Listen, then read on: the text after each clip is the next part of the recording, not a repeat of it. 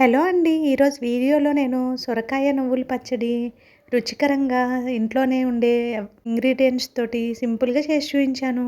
చాలా బావుంటుంది. ట్రై చేయండి ఒకసారి. ముందుగా స్టవ్ ఆన్ చేసుకొని బాండీ పెట్టుకొని 2 స్పూన్ల వేరుశనగ పప్పును వేసుకొని కొంచెం ఫ్రై చేసుకోవాలి. తర్వాత ఒక స్పూన్ నువ్వులు కూడా యాడ్ చేసుకొని చిటపటలాడేంత వరకు ఫ్రై చేసుకొని ప్లేట్లోకి తీసుకొని పక్కన పెట్టుకోవాలి. ఇలా నువ్వులతో పచ్చడి చేసుకుంటే చాలా బాగుంటుంది. ఒకసారి ట్రై చేయండి. వెల్కమ్ టు అవర్ ఛానల్ రకరకాల రుచులు. మీరు కనుక ఫస్ట్ టైం చూస్తూ ఉంటే సబ్స్క్రైబ్ చేసుకోండి.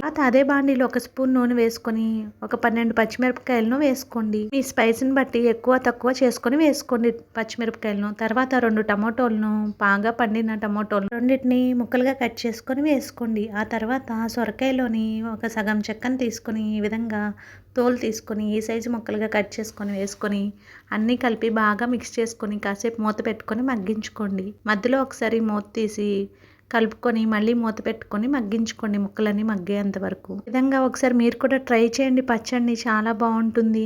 ముక్కలన్నీ బాగా మగ్గిన తర్వాత స్టవ్ ఆఫ్ చేసేసుకొని కొంచెం ఉప్పు చల్లుకొని పక్కన పెట్టుకోండి చల్లారేంత వరకు. మీకు కనుక ఈ రెసిపీ నచ్చినట్లయితే వీడియోని లైక్ చేయండి.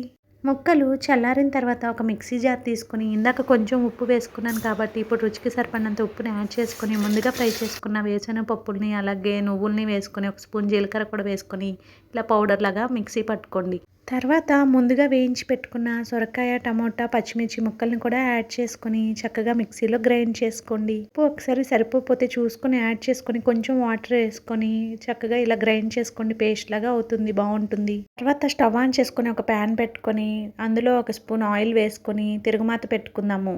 తిరుగుమాతలో ఒక స్పూన్ మినపప్పు, ఒక స్పూన్ జీలకర్ర, ఒక స్పూన్ ఆవాలు వేసుకొని చిటపటలాడిన తర్వాత కొంచెం ఇంగువ వేసుకోండి. ఇష్టమైన వారు వెల్లుల్లి రెబ్బలను ఎండుమిర్చిని యాడ్ చేసుకోండి. తర్వాత ఒక రెమ్మ కరివేపాకును కూడా వేసుకొని స్టవ్ ఆఫ్ చేసేసి ఇందాక మిక్సీ జార్లో మిక్సీ చేసుకున్న పచ్చడిని ఒక బౌల్లోకి తీసుకొని తిరుగుమాతను కూడా ఇందులో యాడ్ చేసుకొని చక్కగా దోశల్లోకి, అన్నంలోకి, చపాతీలోకి సర్వ్ చేసుకోండి. అంతేనండి రుచికరమైన సొరకాయ నువ్వుల పచ్చడి. చాలా బాగుంటుంది. టేస్టీగా ట్రై చేయండి. Thank you.